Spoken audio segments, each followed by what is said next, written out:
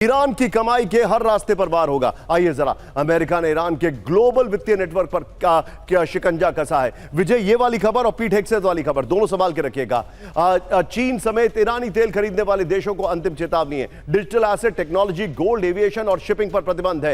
ईरानी राजस्व और तेल तस्करी के रास्तों को बंद करने की तैयारी है। ईरान की हर अवैध कमाई के रास्ते को बंद करने की अमेरिका की योजना है। एक और बड़ी खबर कैम वन पर आइए, ब्रेक करिए। दुनिया के देशों को अमेरिका का अल्टीमेटम, ब्रेक करिए। दुनिया के नेताओं के लिए अब फैसला लेने का वक्त है। अमेरिकी वित्त मंत्री स्कॉट बेसेंट का ऐलान, अमेरिका या ईरान, दुनिया को अब पक्ष चुनना होगा। समृद्धि या अलगाव, शांति या आतंक में किसी एक को चुनना होगा। यह बड़ी खबर। एक और बड़ी खबर, आइए जरा ब्रेक करिए। ईरान से जुड़ी 60 संस्थाओं पर अमेरिका की कार्रवाई। टारगेट पर परमाणु, मिसाइल, साइबर और तेल नेटवर्क। ब्रेकिंग और स्कॉट बेसेंट के पहले बाइट वाले शॉट प्ले करिए विजय। यहां पर चीन, यूरोप और सिंगापुर में फैले जहाजों पर शिकंजा है। तकनीक, सोना, एविएशन और शिपिंग पर प्रतिबंध है। इस वक्त की बड़ी खबर।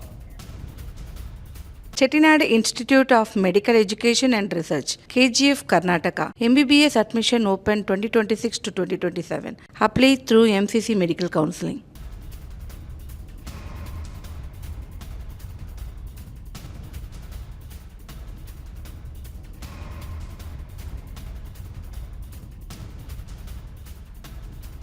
तानाशाही पर अमेरिका का बड़ा प्रहार। नेतन्याहू ने की ट्रंप और बेसेंट की कार्रवाई की तारीफ। ब्रेकिंग और शॉट, क्रूर ईरान को अब चुकानी पड़ेगी बड़ी कीमत, नेतन्याहू ने कहा।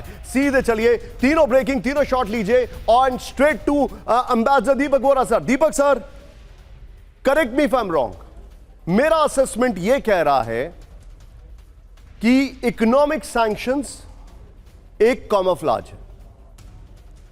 इकोनॉमिक सैंक्शंस एक कॉमोफ्लाज है, यह दिखाने के लिए कि हम आपके ऊपर इकोनॉमिक सैंक्शंस लगा रहे हैं, क्योंकि अमेरिका शुरुआती इकोनॉमिक सैंक्शंस के करता है, चाहे वो इराक हो, चाहे वो बात की जाए लिबिया की हो, चाहे वो वेनेजुएला की बात हो।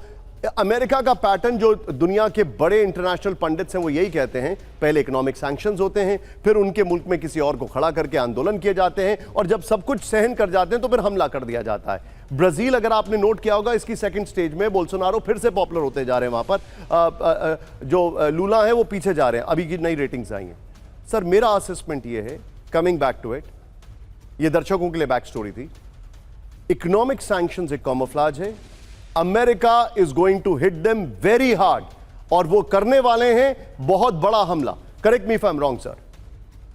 बहुत बहुत धन्यवाद सर। मैं इस समय उज्जैन में हूं, महाकाल के दर्शन करके आ रहा हूं। आपके लिए पर्सनली और आपके पूरे चैनल के सहयोगियों के लिए भी प्रार्थना की थी। So may you always remain on top, may you always remain blessed. Sir, ये जो आपने प्रश्न पूछा है स्पॉट ऑन। ये पैटर्न इनका रहा है। आपको ये भी पता होगा कि दूसरे विश्व युद्ध में भी जापान ने जब हमला किया था पर्ल हार्बर पर, वो इसलिए किया था कि अमेरिका ने प्रतिबंध लगा रखे कि तेल नहीं मिलेगा जापान को। जापान के पास तो तेल था नहीं, कोयला नहीं मिलेगा, ये नहीं मिलेगा उनकी वॉर मशीन के लिए। फिर उन्होंने हमला किया था वहां पर कि इनकी जो नेवी एनफोर्स कर रही है ब्लॉकेड, उसको हम खत्म कर देंगे। तो नेवल अटैक था वो। दैट सेम पैटर्न आपने बिल्कुल सही कहा, ये फॉलो करते हैं। इकोनॉमिक, इसने ट्रेड को भी वेपनाइज कर दिया, हथियार बना दिया। You're right. तो इकोनॉमिक सैंक्शन हम पे लगाए हैं, रूस पे लगाए, इस पे लगाए, उस पे लगाए, लेकिन भारत और रूस जैसे देशों पे फिर ये मिलिट्री एक्शन नहीं लेगा, क्योंकि इतनी इसमें ताकत नहीं है। ताकत इसकी है ईरान पर लेने की। शुरू किया था इसने सर, आपको याद होगा कि ईरान पे कितने सालों से सैंक्शन लगे, जब से मुल्ला सरकार आई है तब से लगे। उसके बाद 2-3 बार इसने हमला किया। फिर इसने फाइनली डिसाइड किया कि अब ईरान को हम न्यूक्लियर वेपन नहीं बनाने देंगे, ठोकेंगे। इजराइल ने कहा बिल्कुल, लेकिन अब न्यूक्लियर वेपन्स की बात ही नहीं हो रही है सर। अब पूरी बात यही चल रही है कि ईरान में फिर से वही रेजिम चेंज, मुल्ला सरकार को इतना दबाव कि वो चले जाएं और अंदर से, जैसा आपने कहा, कोई और व्यक्ति उभरे जिसके इर्द गिर्द रेवोल्यूशन कोएलेस हो सकती है। जो मैं देख रहा हूं सर, पहले तो इनकी प्रोटेस्ट होते थे, हमने भी देखा, ये मैंने कई देशों में देखा। प्रोटेस्ट के बाद मूवमेंट चलती है, मूवमेंट के बाद इंसरेक्शन चलती है और फिर रेवोल्यूशन होती है। यही इसका इरादा है। और पीटर हेक्सेथ की आप बात कर रहे थे सर, ट्रंप ने खुद उसको सेक्रेटरी ऑफ वॉर डेजिग्नेट किया था। दूसरे विश्व युद्ध में भी उनका एक सेक्रेटरी ऑफ वॉर था, इसको भी उसने कहा था, लेकिन कभी ये अपने आप को सेक्रेटरी ऑफ डिफेंस कहता है, कभी सेक्रेटरी ऑफ वॉर। मेरा अपना मानना है सर, जैसा आपने सही कहा है, ये अब सैंक्शंस लगाएगा।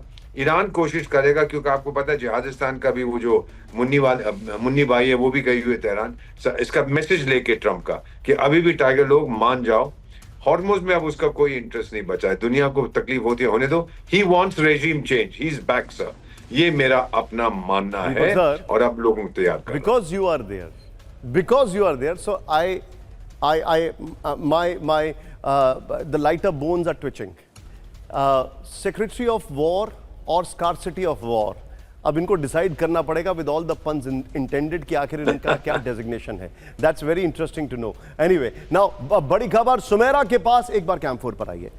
सुमेरा खान हमें यह बताने वाली हैं अब से एग्जैक्टली 2 मिनट के अंदर कि ईरान अमेरिका के सैंक्शंस का क्या जवाब देने वाला है, क्योंकि गालिबाफ जिन्होंने मुलाकात की, सोचिए ये क्या हो रहा है. गालिबाफ ने मुनीर से मुलाकात की, उन्होंने कहा अमेरिका हमारी सुनता नहीं है, और पिजेश्कियन वो कहते हैं नहीं हमने पाकिस्तान को समझा दिया, all is well, all is well.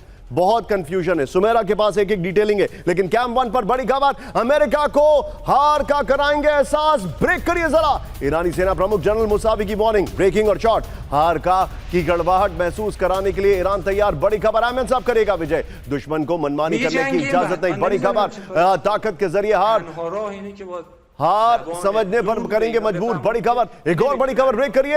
America अपनी रणनीतिक हार से ले सबक. ब्रेकिंग और शॉर्ट. ईरान के सर्वोच्च नेता के सलाहकार मोहम्मद मुखबिर की वार्निंग, ब्रेकिंग और शॉर्ट. अगला ईरानी जवाब पहले से निर्णायक होगा. विजय इसको संभाल के रखेगा, दोनों ब्रेकिंग और शॉर्ट को. अगली बड़ी खबर, अमेरिकी योजनाओं की पहले से थी भनक. ब्रेक करिए. अमेरिकी प्रतिबंधों के लिए पूरा ईरान तैयार. ईरान वित्त मंत्री का यह बड़ा दावा है. ये इस वक्त की बड़ी खबर बता रहा हूं.